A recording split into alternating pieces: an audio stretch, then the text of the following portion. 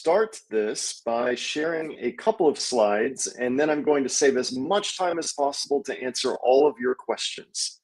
There have been a significant amount of updates and announcements related with student visas.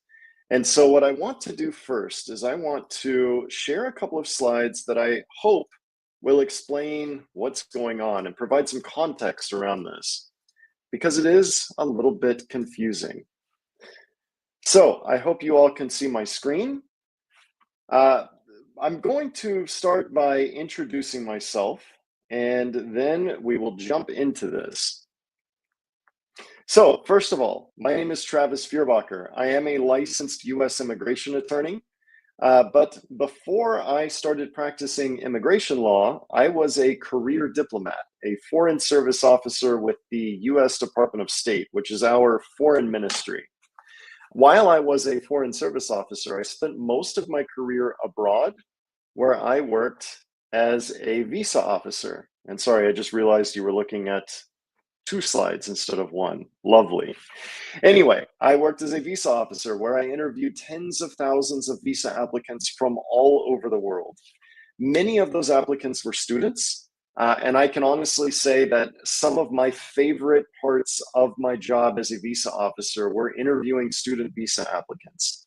However, it was also some of the most frustrating part of my job, and that's because many students I would see facing refusal, not necessarily because they were not qualified for a student visa, but unfortunately, it was more often likely because they simply didn't know how to prepare for the interview itself, what was required, how they actually needed to explain their qualifications. And because visa officers are so pressed for time, they don't have enough time to really get into the weeds with you and pry those qualifications out of you. Many students face denial. And so I chose to dedicate my career as a U.S. immigration attorney to help visa applicants navigate through this complex process of visa interviews, and to hopefully put them in a better place for success. Now, before I jump into this, just a quick reminder that although I am a licensed immigration attorney, the point of this session is not for me to provide specific legal advice. To do that, I would need to know much more about your unique details, your unique plans, your situation at home. So if you have specific questions, please reach out to a qualified immigration attorney. Do not leave this process to chance. Don't rely on what you read online. It is quite often not correct. I will provide my email address a little bit later in this presentation if you are interested in my help. So I mentioned that today I want to cover a couple of topics before we go into your questions. I want to start with a quick overview of the F-1 process, the student visa interview and application process. I will then provide a couple of updates on the DS-160 application form. Then I will talk about social media vetting. This is a new development that has been referenced a lot in the media. We've been getting a lot of questions about it. So I'll try to shed some light on what's going on. Then I'll take as many questions as I can from the audience. So I like to think of the student visa application process in 5 general steps. It starts with applying to at least one school, often more than one school, hopefully being accepted to a school. And once you've clarified, once you've confirmed that you plan to attend a university or a college or even a high school in the United States, you will be given an I-20 form. This identifies a couple of key details, such as whether you speak the kind of minimum level of English necessary to attend class, how much your living expenses and tuition is expected to cost, and how much money you have arranged to cover those expenses, and then when your program begins and when the first day of classes begin. Remember that there is a firm requirement now that if you cannot travel to the United States before that first day of class, you will not be approved. So make sure that you start the rest of this process as early as you can, because, as I will mention in a moment, there are more expected delays throughout the rest of your journey. So once you get your I-20 form, first of all, review it, make sure everything looks correct. Your next step is where your visa journey truly begins. And that's where you go online to fill out the DS-160 application form. Now, there's a team busy working on improving this form within the US government, but the form is still a little bit glitchy. It is time consuming. So I'm going to give you some tips on how to complete that form. Once the form is complete, you can schedule your visa interview. And yes, visa interviews are finally being reopened around the world. They are not yet reopened in every embassy or consulate, but they are kind of slowly being reopened in various parts of the world. And so you can now, or you will soon be able to schedule your interview. The interview is the most crucial part of the process. And so I'm going to talk a little bit about that as well. And then assuming that you are approved, you can then travel to the United States. Remember, you can only enter the country up to 30 days before the program start date as listed on your I-20 form. And remember to bring your I-20 document with you when you enter the country, whether it's across a land border or at an airport, because the customs official will need to review that. So in the past couple of years, we have seen the F-1 visa refusal rates increase. And again, as I mentioned earlier, I'm afraid that that is quite simply because many students don't understand how to prepare, how to navigate through the process. And so that's really what my partner Mandy and I have dedicated our lives to doing, is helping visa applicants understand what is expected of them and then how they can most effectively and strategically prepare. So let's start with a couple of tips and updates on the DS-160 application form itself. First, please fill this form out yourself. Yes, it is common in many parts of the world to hire an agent or somebody to do this for you. If you do that, at least make sure that you have a chance to review the responses before the form is submitted. After the form is submitted, you can't go back and change any answer. And similarly, I would urge you to print your responses, or at least save a PDF of your responses before you submit the form. Because once the form is submitted, not only can you not change anything, you also can't even see what you've answered. So, general tips as you fill out the form: there are only a couple of web browsers that are supported. If you try to use one that's not listed here, you may encounter some additional glitches or other issues.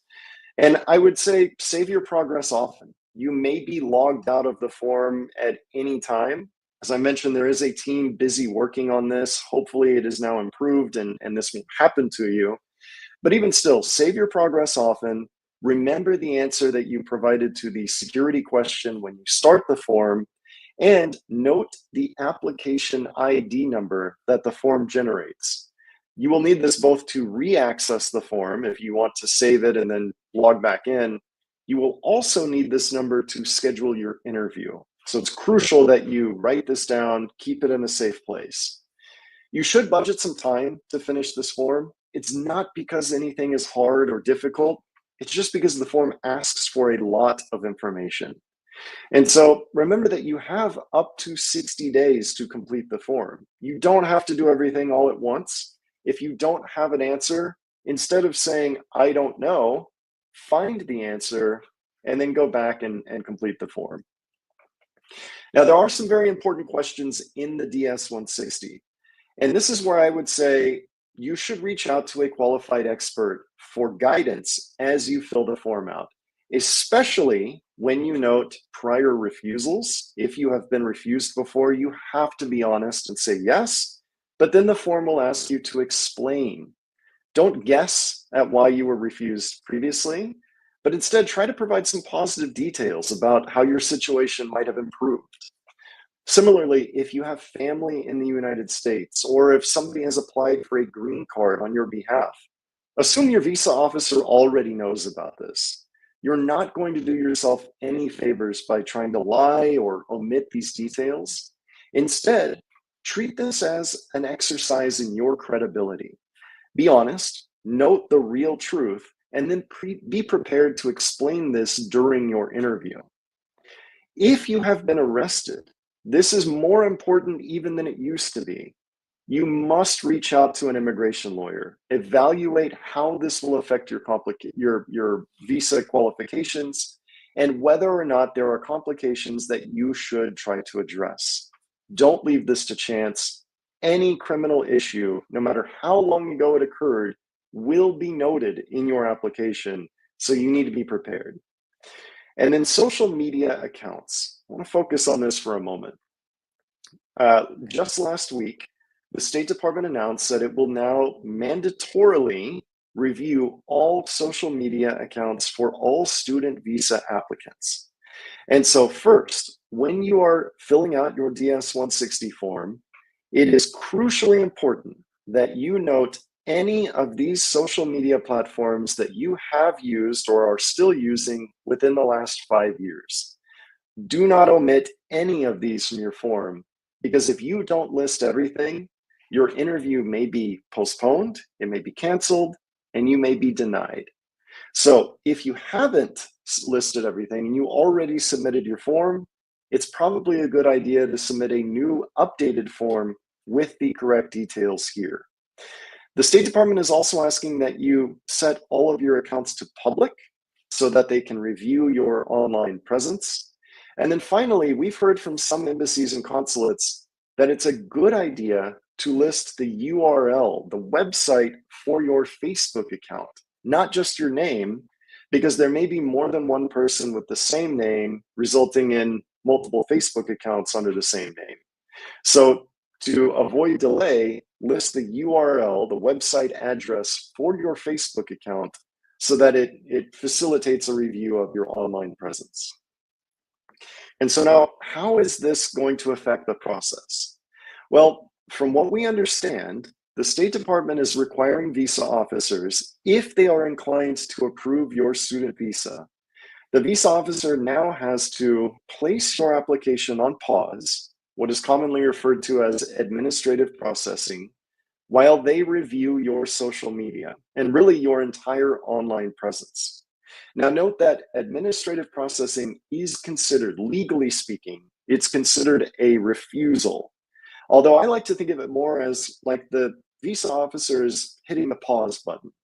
They simply need more time to review your qualifications. So if you check the status of your application online, it will say refused. Don't be alarmed.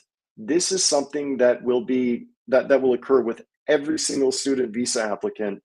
You should expect that your application says refused while your social media is reviewed.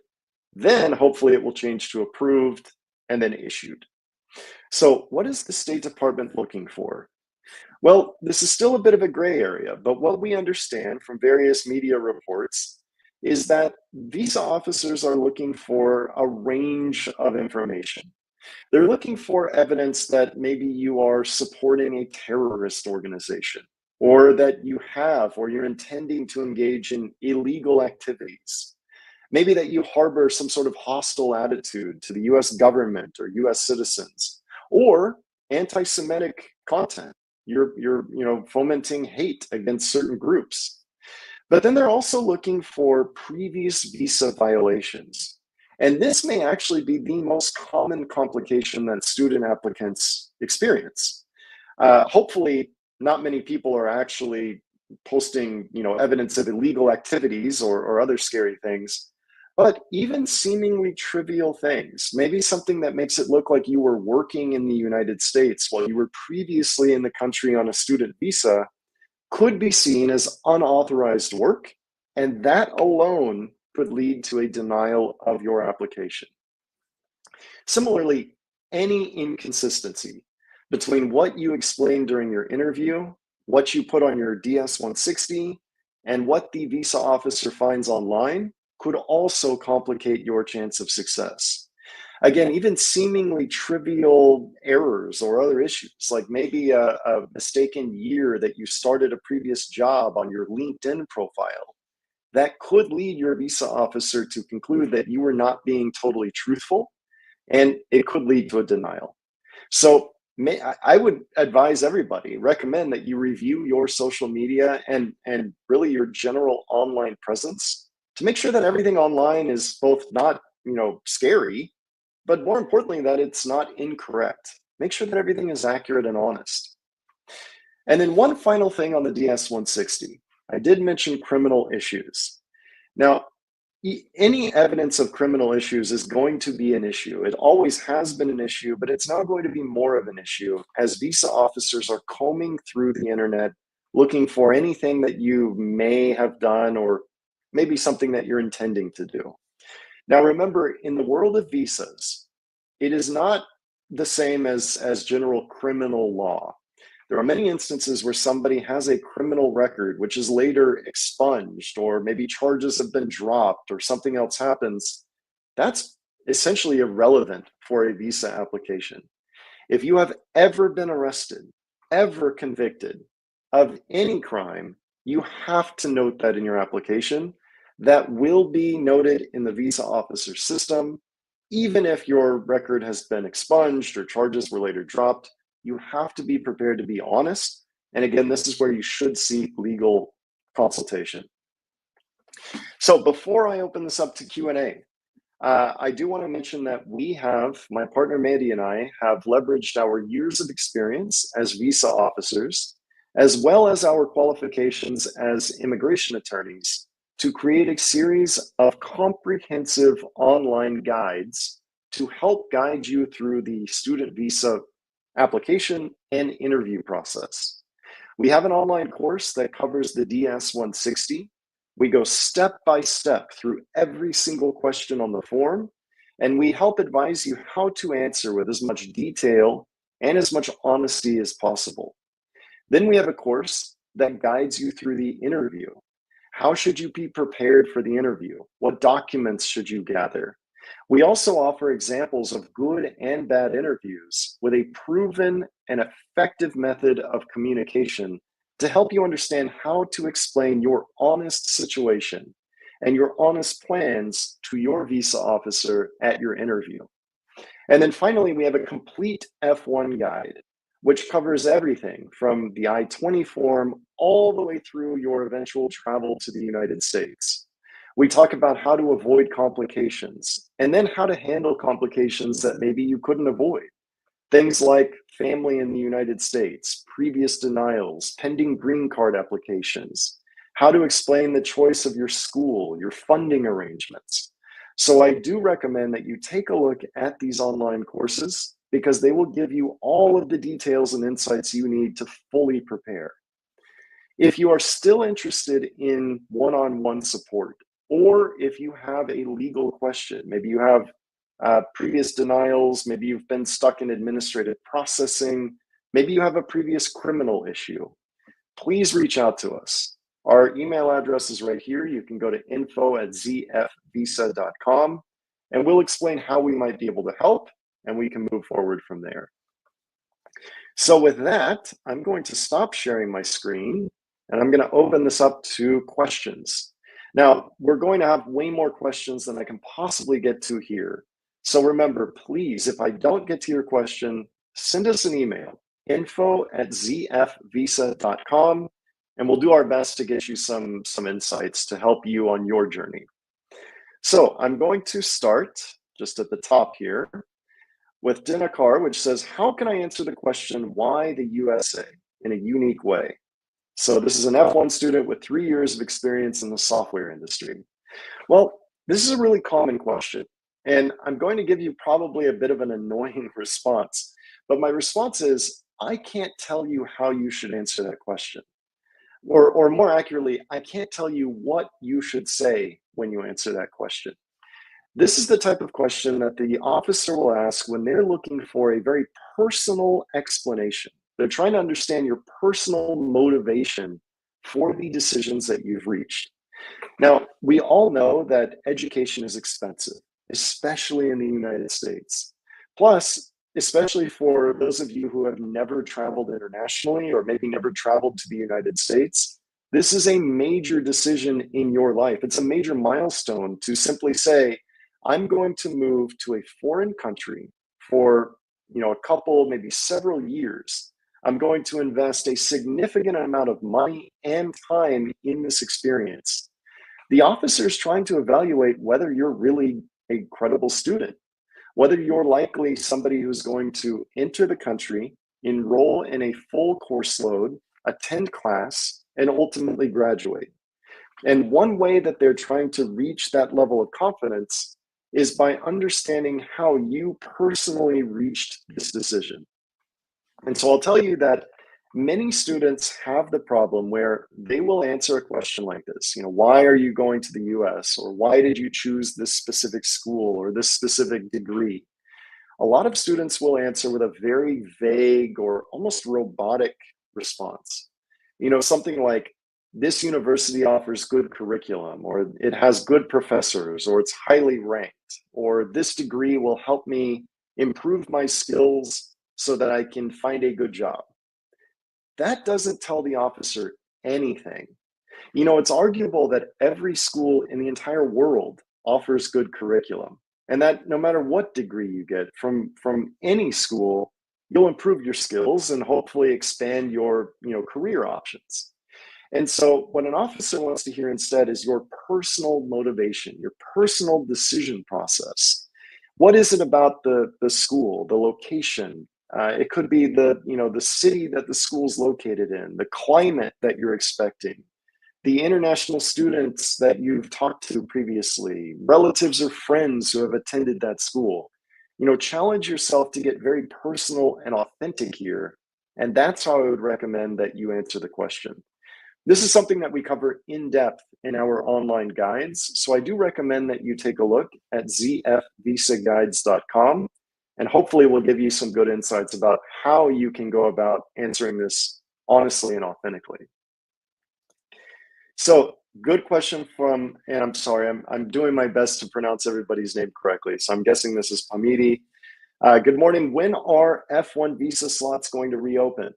Well, in many parts of the world, they are already reopened. I had a client yesterday from Peru, and they were telling me that they were able to schedule an interview in just 2 days.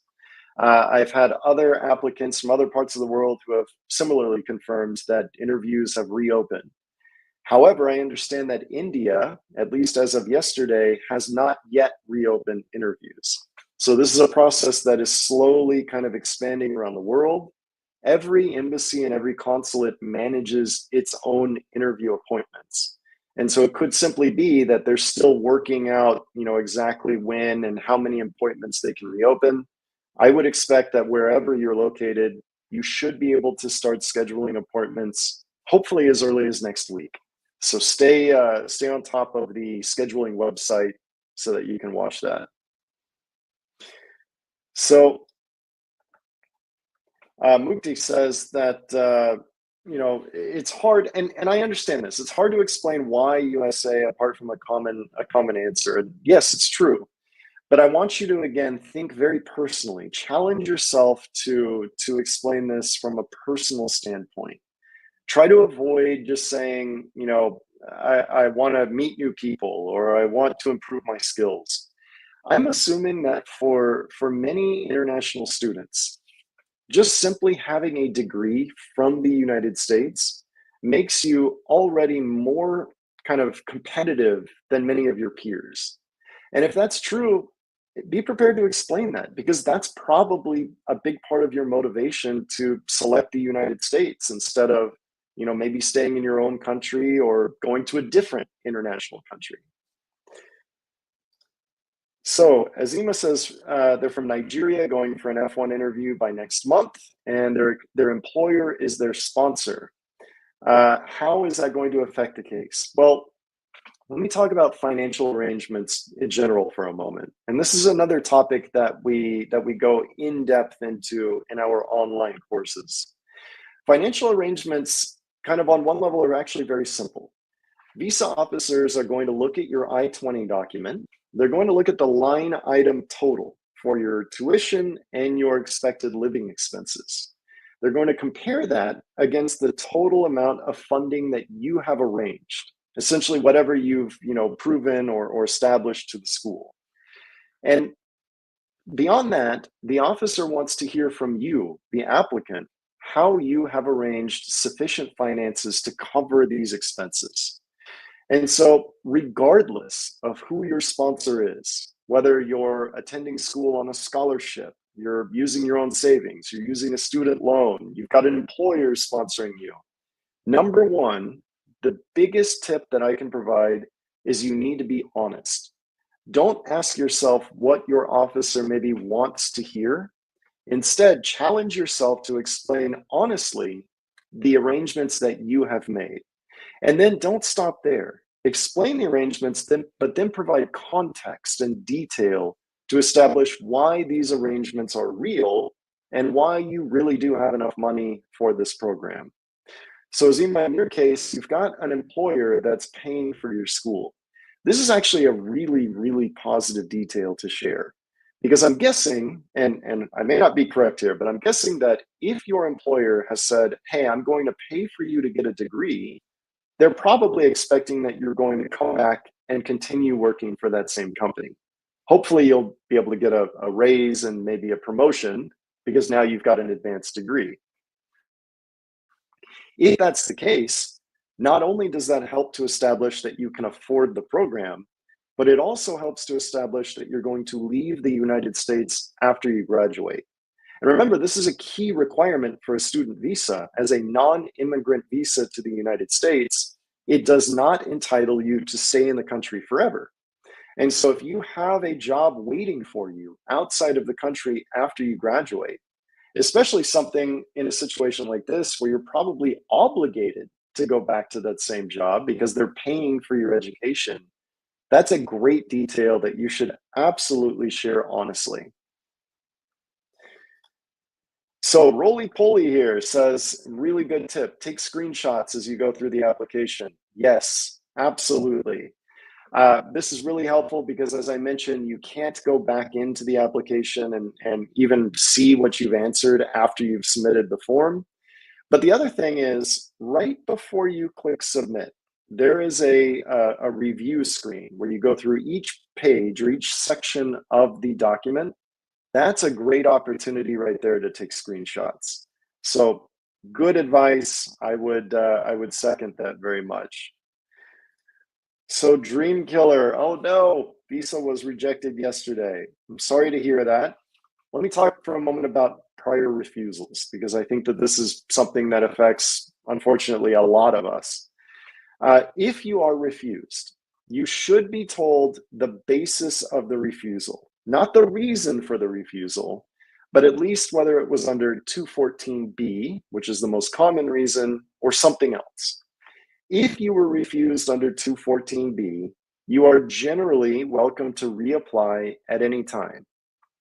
What 214B really means is that at the time of your interview, you simply weren't able to convince your visa officer that you were qualified for the visa. So if you reapply, note that you need to be far more prepared to explain and introduce your situation, your plans in the United States, and your plans after you graduate. You should also challenge yourself, even though your officer would not have given you the justification for the refusal. You should challenge yourself to kind of replay the last interview in your head and look for areas where maybe you didn't provide enough context or enough detail. Or maybe you just forgot to mention something really positive in your situation, like a big scholarship that you were awarded. And in your next attempt, be prepared to explain that, to volunteer that, because you really do need to try a different approach if you're going to be successful. I would also recommend that you review our online courses because we go into details about how to address a previous refusal, starting from your DS-160 form and then in your interview. So I'm really sorry to hear this. Hopefully it's not the end of your journey, and I wish you the best moving forward. On the other hand, I love feedback like this because of me and Mandy, your visa was approved. Fantastic, outstanding. This is why we do what we do. Send us an email. We'd love to hear a little bit more about your experience. You can reach us at info@zfvisa.com. Okay, so Jobin is a pastor. He had very proper documents, including a sponsorship letter, and he was rejected without a review of anything. I'm really sorry, but I will also say that this is very common. So This is a common misunderstanding about documents. Many countries, not including the United States, but many countries will kind of make their visa decisions either in whole or entirely based on documents. The United States is an exception to this. The reason that visa officers are sent all around the world and that visa applicants have to appear in person for an interview is because the United States government made a decision a long time ago that documents are not trustworthy. Documents can be forged, they can be falsified, they can essentially say anything. And so the best way to determine whether an applicant is qualified for a visa is to talk to them face to face. And so I do often recommend that applicants bring documents with them to the interview. And for students, things like bank statements or other proof of financial arrangements, sponsorship letters can even be helpful, but they will never be the focus of the interview. And I do routinely instruct students not to rely on documents, but instead to proactively be prepared to explain verbally their qualifications. And then they've got documentation as proof if the officer asks for it. This is another thing that we talk about in depth in our online guides. We help you understand how to explain your situation with documents as support if they're needed. So, Jobin, I'm sorry to hear about this situation. I hope that you try again, and fingers crossed that you'll find more success next time. All right, so Raveen asks, which orientation does the visa officer see the DS-160? This is a really good question. So when you are filling out the DS-160, you note that it's kind of in two columns, right? The column on the left shows the question, and then the column on the right is where your answer appears. Now, similarly, your answer is only going to be in capital letters too, which makes it a little bit hard to review. That's exactly how the visa officer sees it on their computer monitor. The colors are a little bit different, but they're essentially seeing two columns. Your answers are on the right, and they're in all capital letters. So when you are filling out the DS-160 form, it's a good idea to keep that in mind. It's sometimes beneficial to volunteer some positive details, but if your answers are too long, where they don't fit on part of a screen, and an officer may have to scroll to read everything, they may not read anything. And then you've kind of lost the opportunity to put yourself in a better position with your DS-160 responses. So I hope that's helpful. Sahir asks for a mock interview practice. This is something that we often do. Reach out to us at info@zfvisa.com. We can work with you one-on-one and practice likely interview questions, give you our feedback. But I would also urge you to review our online guidance. We have examples of good and bad interviews. We also offer bi-weekly Q&A sessions where, if we have time, if there's not too many people asking too many questions, we might also be able to get to a mock interview there. All right, so Ahmad says he or she, they have 2 previous refusals with the same course in the same university, and now they've changed their plans. This is a common question that we get, and I'll tell you, first of all, I cannot give you specific advice without connecting with you one-on-one. This may actually be a good idea in your situation, but it also may be a bad idea. I'll explain here, generally speaking. When you are refused or approved, either way, every time you appear for a visa interview, your visa officer is maintaining a written record of that interview. They're typing notes that justify the decision that they reach, whether it's positive or negative. In those notes and in your DS-160 responses, it will be clear where you're planning to study and what you're planning to study. So if you're refused and you come back for another interview, one of the first things your next visa officer is going to do is review the previous notes, and they may also review your previous DS-160. If they see that you've changed your plans, that can sometimes show a little bit of a desperation to get to the United States. it can almost seem like you're just trying anything you can to get that ticket, that visa into the country. And maybe it's not really your plan to be a student at all. Maybe you're planning to come to the United States to find a job and send money back home or something else. I'm not saying that's fair, but that is often a conclusion that could be reached. So it's generally safer to stick with the same school, the same plans, and challenge yourself to explain it with more detail, with more context. If you do change your plans, be prepared to explain why. I would recommend for you, Ahmad, specifically explain exactly why you changed your choice of school, your choice of degree, what was the motivation in doing this, because this is going to be most likely a concern that's floating around in your officer's mind. Take a look at our online guidance because we do talk about how to explain your choice of school and your choice of degree as well. So, given the current travel ban, is it possible for a student from a fully banned country to apply for a visa and request a national interest exception for a fully funded PhD program? This is a good question. Unfortunately, I cannot answer this without talking to you one on one. There are lots of nuances that are in this type of consideration. Uh, I would recommend that you reach out to a qualified immigration attorney, whether it's me or anybody else. You should consult an expert and evaluate your options. I will also say here, I'm really sorry that you have to go through this consideration. The travel bans are disturbing, they're troubling. And I do want to remind everybody here that despite what you're seeing coming out of the US government right now over the past couple of weeks, couple of months, the vast majority of Americans value your input, your culture, your perspective. We want you here. We want you at our universities, at our institutions.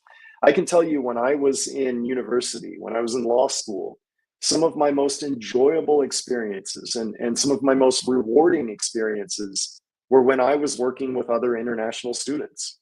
I thought it was amazing the differing perspectives that they brought and the different ideas that they would bring to the table. And we want that to continue. So don't give up hope. We will welcome you with open arms when you arrive in the United States. And I do really hope that you're all successful. So let's see. All right. So has the New Delhi embassy become more strict? This is something that we often see online. There's a lot of online forums, whether it's on Reddit or other platforms, where visa applicants will share stories from visa interviews. I would urge caution when you review some of this insight. First of all, I think it's probably not very scientifically accurate. I think applicants who are refused are more likely to go online and share, negative experiences than applicants who are approved. And I will say that all visa officers, technically called consular officers, they all go through the same training, and it's in the United States. They're only going to be assigned to each embassy or consulate for generally 2 years, sometimes 3 years, and then they're going to be assigned to another embassy or consulate. So it's not generally accurate to say that one embassy is harder than another embassy. Yes, there are kind of unique cultural aspects where officers may be on the lookout for different fraud trends or other kind of red flags, but I'm not necessarily aware that the embassy in New Delhi has gotten more strict than it used to be. Instead of kind of worrying about macro trends like this, I would instead challenge all of you to, you know, go a little bit more internal. Challenge yourself to explain exactly what your plans are in a very personal way, instead of just thinking, oh my goodness, I'm setting myself up for failure, I'm never going to be successful, because all that does is it just saps your confidence and it often will result in a negative outcome. Okay, so Abina says that they were refused because of previous case notes and there was a previous DS-160 mismatch. This is another example where I would say reach out to us because I would need to understand exactly what happened previously before I can offer any specific advice. But generally speaking, I mentioned this earlier. The DS-160 is what we commonly refer to as an exercise in trust. Every single response that you put into the form is essentially certified to be true, to be accurate, to be honest. And so if an officer identifies any discrepancy between what's in the form and what you explain in the interview, or now what's, in your online persona, that can raise big questions about your credibility. I've seen applicants who, let's say that there's a nurse who's planning to go and obtain a master's degree in nursing. I've seen applicants who will say, well, they've actually worked for 5 years as a nurse, but somebody told them that if they put on their DS-160 that they worked for 10 years as a nurse, they'll have a better chance of success. Well, seemingly trivial things like that are actually really easy for a visa officer to poke a hole in. And if they find a discrepancy, even something as mundane as that, you can find yourself in major complications. So, Abinas, reach out to us. We'll evaluate what happened. We'll give you some specific advice. But generally speaking, please make sure that A, you complete your DS-160 yourself, B, that you are completely honest, and C, that you review everything before you submit the form, because it really can result in complications like this. So Karthala asks if there's any chance of approval after 2 rejections. Well, again, I don't know your specific situation, but generally speaking, absolutely yes. I approved a visa applicant when I was in China who had been refused 9 times previously. Now, this is definitely not the norm. This was an exception. This was something that was memorable, and I can still talk about it today. But applicants are often approved after they have been refused more than once. If you have been refused more than once, though, remember that it will be incrementally more and more difficult at each subsequent interview, because there are now more case notes from more different visa officers justifying a refusal. So you'll need to be more prepared to volunteer your qualifications as clearly as possible, with as much context as possible. So review our online course. We do talk about how to address prior refusals, and don't give up hope. So Edmund asks about administrative processing. How long does it take?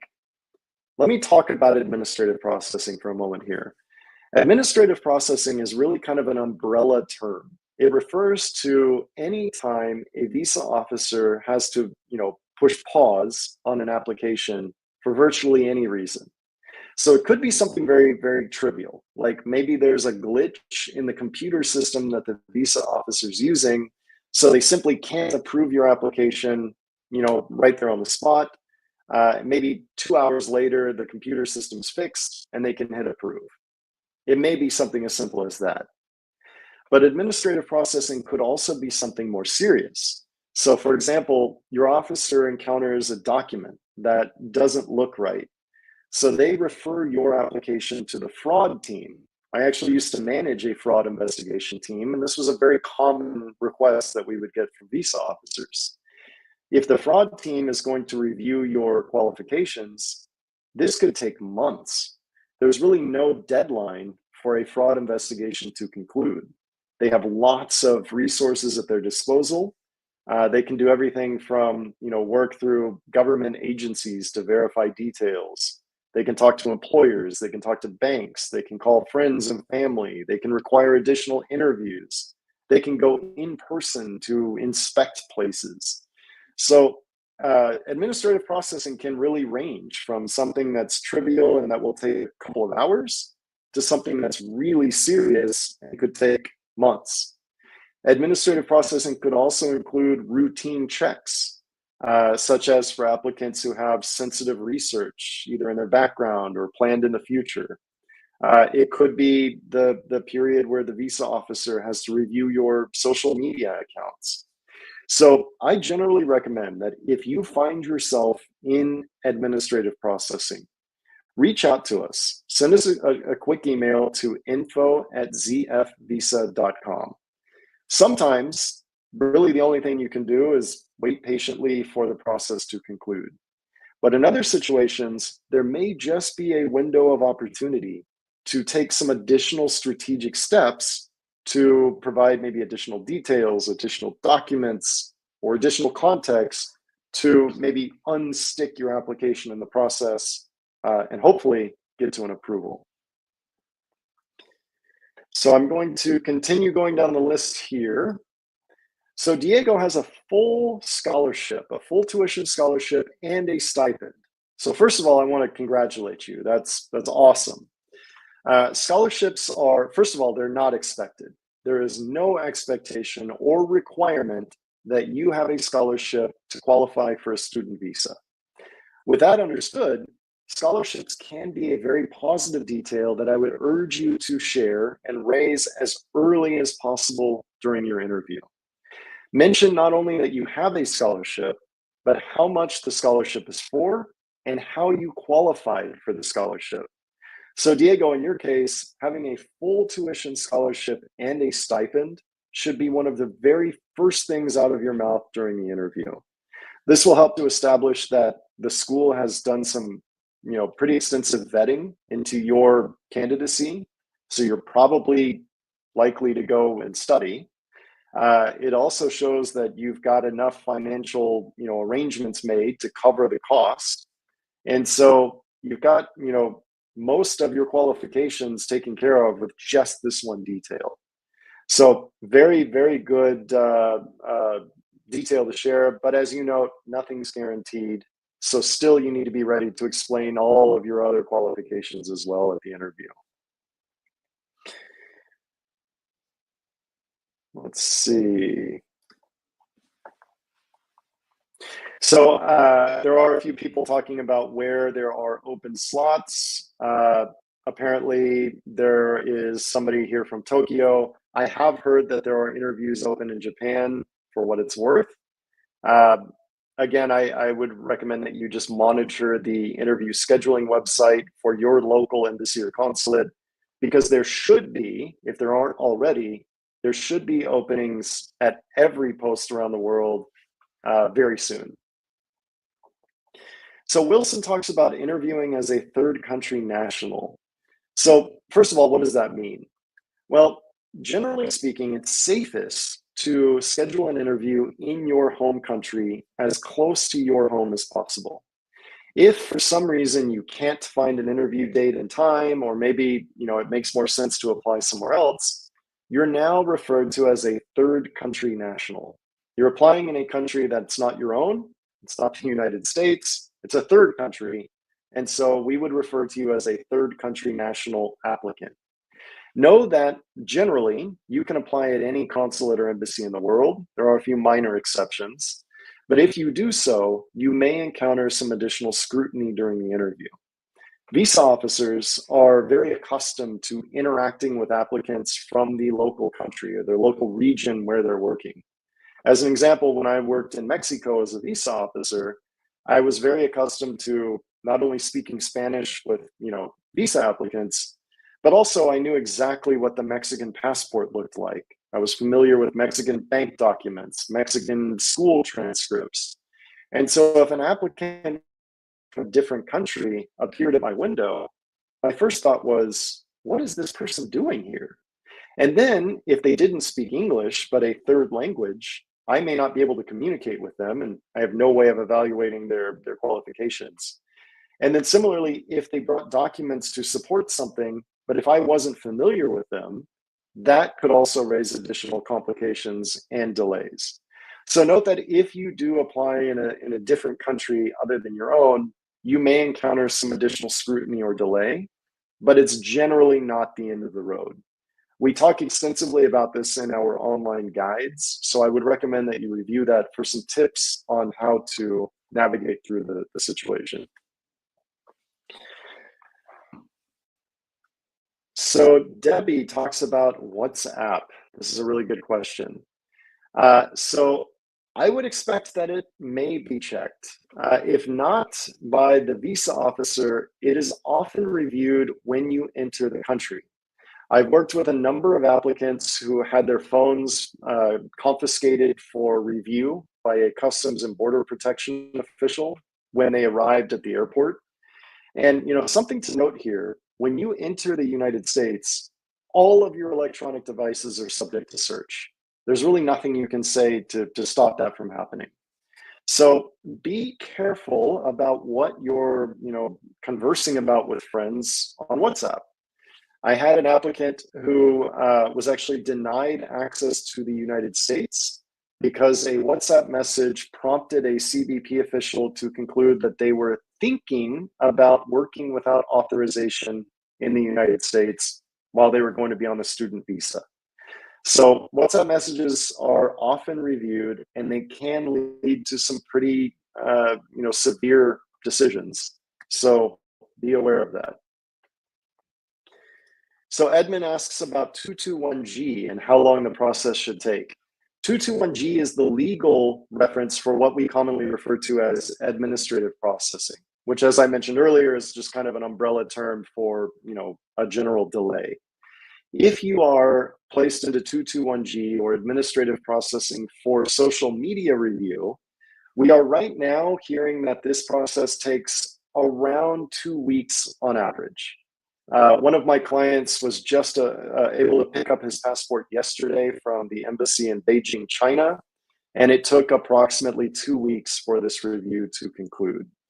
Now, I don't know if that timeline will start expanding once more and more students are, appearing for their interviews. But generally, I think you should give it a couple of weeks. So Ravine asks, what should they write in the explanation section of refusal? So I think what they're referring to is the DS-160 here. So as I was mentioning earlier, the DS-160 asks a number of questions, one of which is, have you ever been refused or denied a US visa in the past?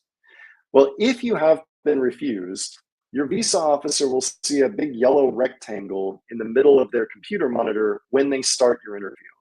So first of all, remember to be honest. There's no reason to try to hide this fact because the officer already knows. So definitely say, yes, I've been refused. And then the box under that will appear says explain.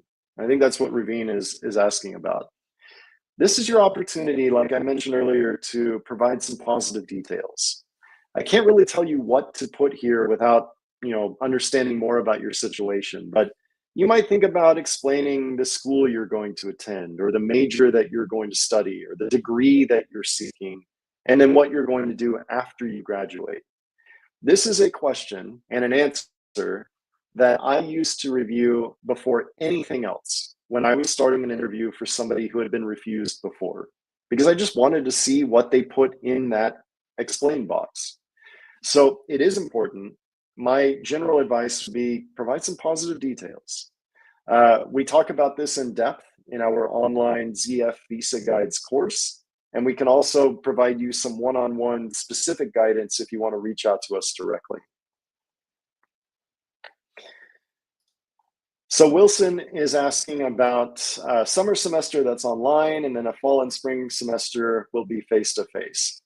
I would need more details to give you a clear answer, but studying online if you're outside of the United States is great if the school makes that arrangement.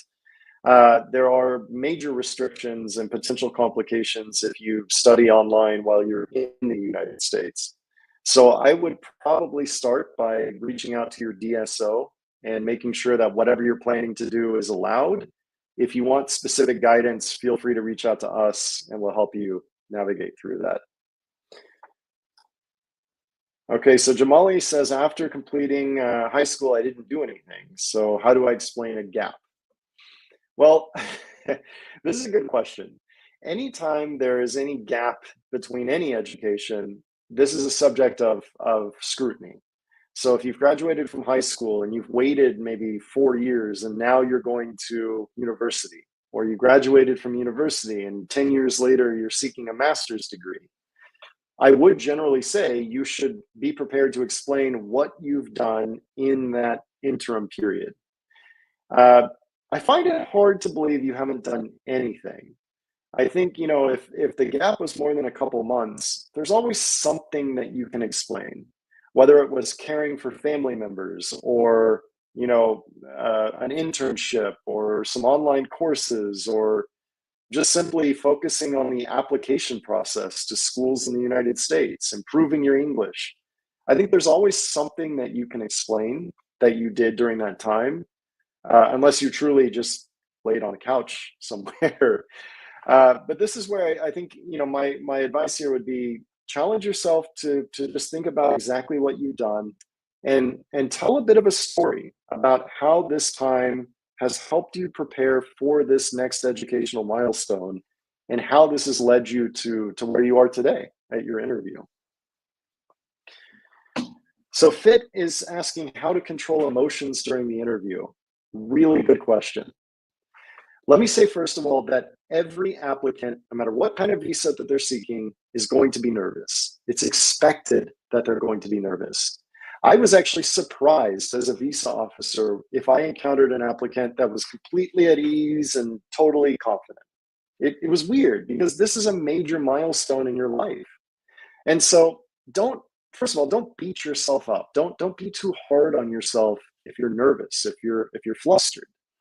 There are some exercises that you can think about doing, though, to calm your nerves, such as kind of breathing exercises, taking a pause before you answer a question.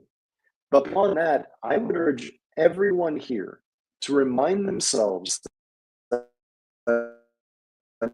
if you've been accepted to a school in the United States, if you have that I-20 form, if you're truly planning to enroll in class and attend class and graduate, you should be able to qualify for a visa, absent weird complications like criminal issues or something else. And so I want you to remind yourself that you deserve a visa. You are not facing Mount Everest that you have to climb over before you're able to be successful. Instead, the only thing that's standing in between you and success is honestly explaining your plans and your situation at home. And so if you remind yourself that you really do deserve the visa, I think that goes a long way towards building your confidence. And the other thing that will go towards building your confidence is knowing exactly what to expect and exactly how to prepare. So I do strongly recommend that you review our online guides, because that's exactly what we offer there. Okay, we have just a couple minutes left, so I'm going to try to take a few more questions as quickly as I can. Bosco says, or asks, does a higher acceptance rate for a university correlate with the likelihood of a visa denial, and vice versa? Not necessarily, although it could in a subconscious way.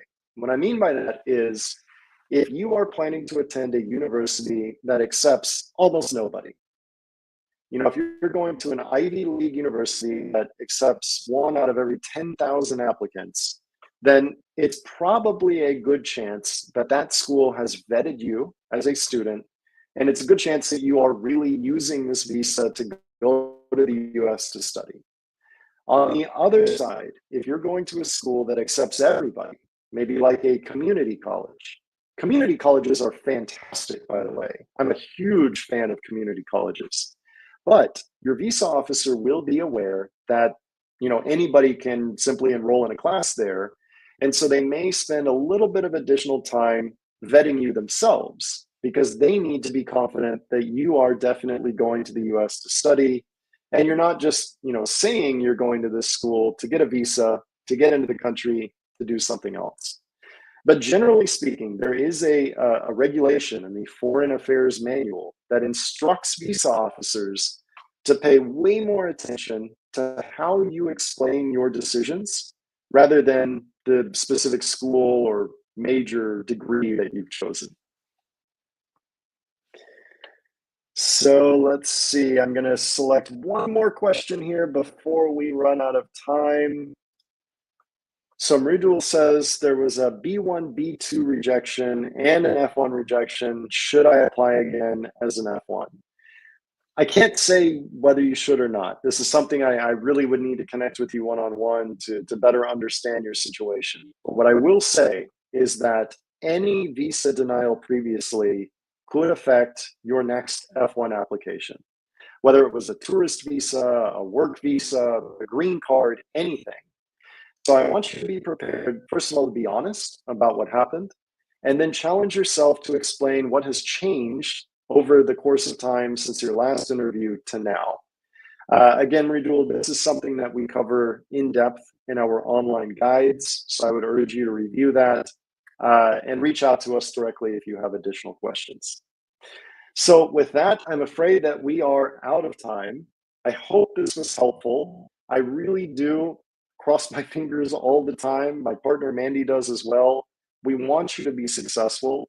So if you've taken nothing else away from the session, I hope that it's important and that we've kind of drilled it into you that it's important that you are honest, that you're personal and authentic, and that you prepare strategically for the interview. Don't leave this process to chance. Don't rely on what you might read online because it is often not true and sometimes even dangerous to follow not expert advice. And so visit our website at zfvisaguides.com. We have a series of very comprehensive online courses that are designed to guide you through this process. We've leveraged our experience as visa officers, as immigration attorneys, to give you everything you need to hopefully be successful. So with that, I will thank you all for joining. I wish you the best of luck in your journey. I hope to see you all in the United States someday when you are studying. Thank you.